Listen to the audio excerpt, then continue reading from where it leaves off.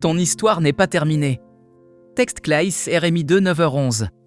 Car je connais les projets que j'ai formés sur vous, dit l'Éternel, projets de paix et non de malheur, afin de vous donner un avenir et une espérance. Introduction. L'une des plus grandes erreurs que nous faisons est d'interpréter un chapitre difficile comme étant la conclusion de toute notre histoire.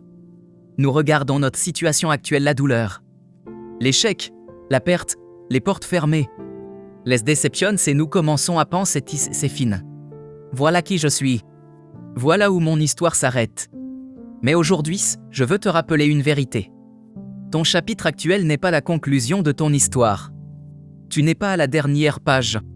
Ce que tu traverses aujourd'hui peut être douloureux, mais Dieu peut encore écrire quelque chose de magnifique avec ta vie. Pourquoi nous pensons être à la fin alors que nous sommes au milieu?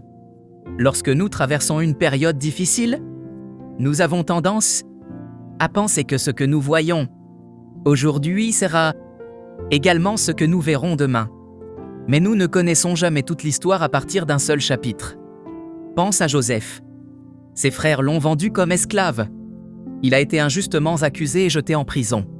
Si son histoire s'était arrêtée dans cette prison, nous aurions dressé quelle tragédie. Mais ce n'était pas la fin. La prison était un chapitre, pas la conclusion. Dieu l'a fait sortir de cette prison et l'a placé dans une position d'autorité en Égypte. Pense également à David. Avant de devenir roi, David a connu la solitude, le rejet et la persécution. Il devait même fuir pour sauver sa vie. Mais le désert n'était pas sa destination finale.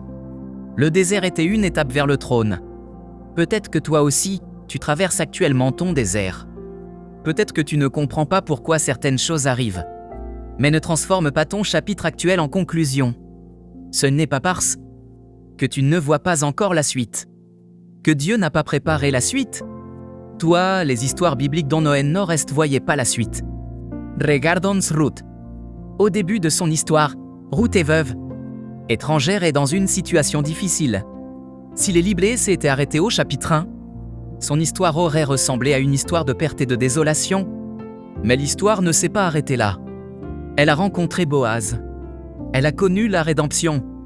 Et elle est devenue une partie importante de la lignée qui conduira jusqu'au roi David et finalement jusqu'à Jésus-Christ.